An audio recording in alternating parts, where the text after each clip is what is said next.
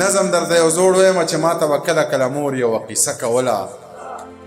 او د قیصې سره به یې دا یوه ټپه کوله لمه یو تر بل زارېږئ دنیا د غم ټالۍ وهي ورانه به شي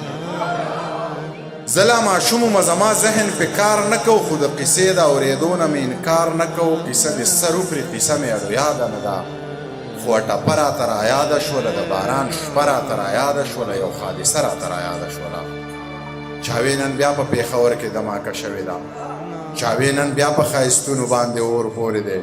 چاوې نن بیا په سرو ګلونو باندې اور پورې دی د ډېره درده مې سلګۍ وړې وړې وکړې دومره بېوسه وم چې ځان ته مې خیرې وکړې چې دا سړی څوک دی دا لیونی څوک دی دا چې هم ما وجني هم تا وجني هم ځان وجني بس انسانان لیوني شوي انسانان وجني